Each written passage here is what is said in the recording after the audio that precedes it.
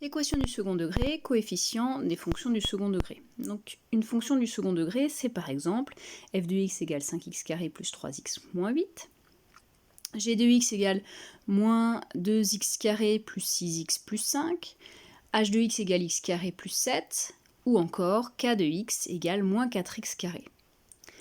Ces fonctions ont le point commun qu'elles sont des fonctions du second degré. Et le second degré, qu'est-ce que c'est ? Eh bien, c'est le x carré, c'est le fait qu'il y ait un carré qui fait que c'est une fonction du second degré. Une fonction du second degré est donc une fonction dont le degré, autrement dit la puissance, le plus haut est 2. Alors la représentation graphique d'une fonction du second degré est une parabole. Qu'est-ce que c'est qu'une parabole ?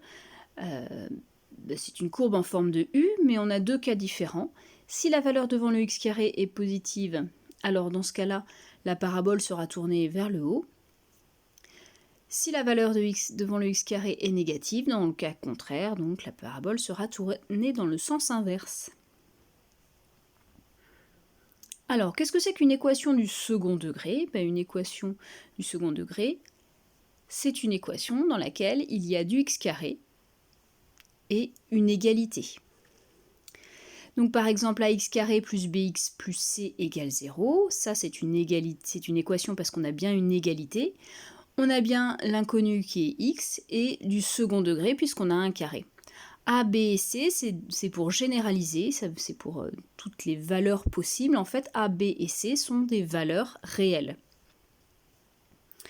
Ce sont des nombres comme on a vu pour les formules initialement de f, de g, de h et de k. Remarque, ax carré plus bx plus c, c'est un polynôme. Ce polynôme, c'est plusieurs termes. Du second degré, toujours le fait qu'il y ait le carré, c'est le second degré. Alors, si on regarde la formule, a, c'est la valeur qui est placée devant le x carré, donc on va appeler ça a, on va dire que a est le coefficient de x carré. Si on regarde le b, c'est la valeur qui est devant le x, donc on va appeler ça le coefficient de x. Et enfin, le c, c'est la valeur qui est seule, on va appeler ça le nombre réel. On va prendre un exemple concret avec des valeurs, donc par exemple 3x carré moins 2x plus 7 égale 0.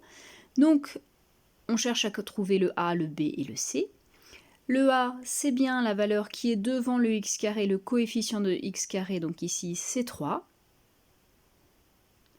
Le b, la valeur qui est devant le x, c'est le coefficient de x, donc ici c'est moins 2.